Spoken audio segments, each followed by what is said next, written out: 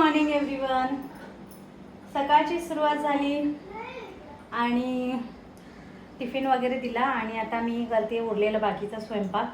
आणि सिया विहान आत्ताच उठलेत, पण ते दाखवायच्या कंडिशनमध्ये नाही आहेत कारण जस्ट उठलेत. आता मी हे पण आवरायचं मला आणि त्यांचं पण आवरायचं आहे.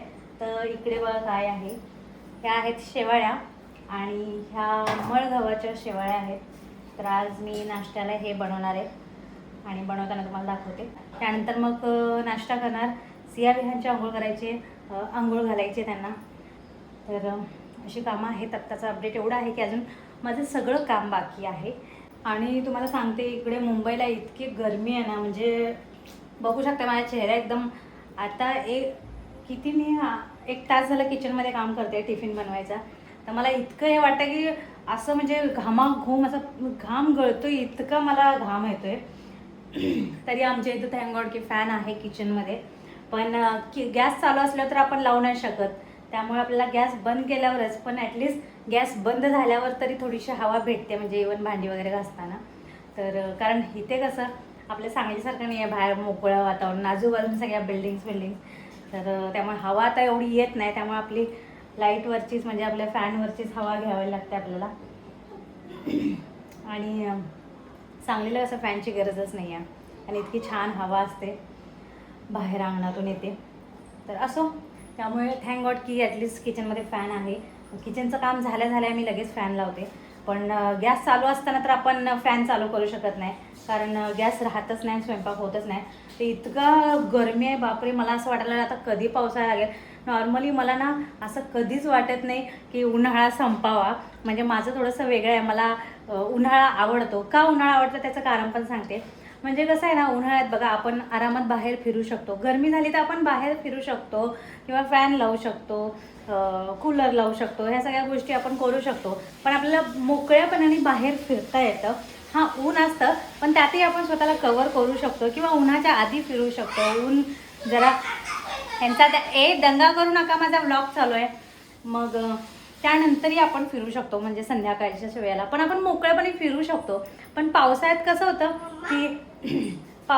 होतं पाऊस येत असतो आणि सगळं चिकचिक असतं, बाहेर जाता येत नाही, 24 तास आपल्याला घरात राहावं लागतं. त्यामुळे मला उन्हाळा आवडतो. आणि थंडीचं कसं होतंय, थंडीचे कसं सगळी स्किन ड्राय होते, त्यामुळे मला थंडी पण एवढी आवडत नाही. थंडी नाही, पाऊस नाही, पण उन्हाळा जास्त आवडत. पण ह्या वेळेला मला इतकं हे वाटायला लागलं की कधी पण ह्या वेळेला मला असं वाटतं कधी एकदा उन्हाळा संपेल, इतकं गरमी व्हायला लागली आहे.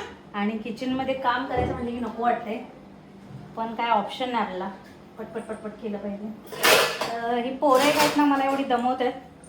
तरी इथे आल्यापासून ना स्वतः आंघोळ करायचं बघतात, पण मुलांनी स्वतः काही व्यवस्थित त्यांना करता येत नाही, त्यामुळे आपल्याला जावं लागतं. काय ब्रश व्यवस्थित धुतलं छान?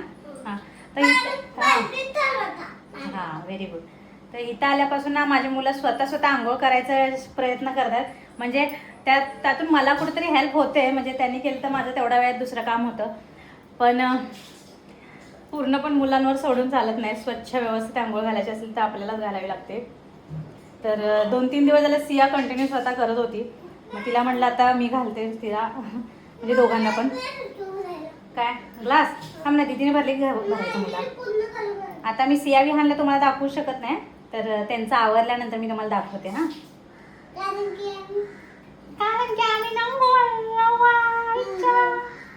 चला आता मी ना इकडे चहा उतू गेला, तरी कमी केला होता गॅस, आणि मग मी अद्रक आणायला गेले.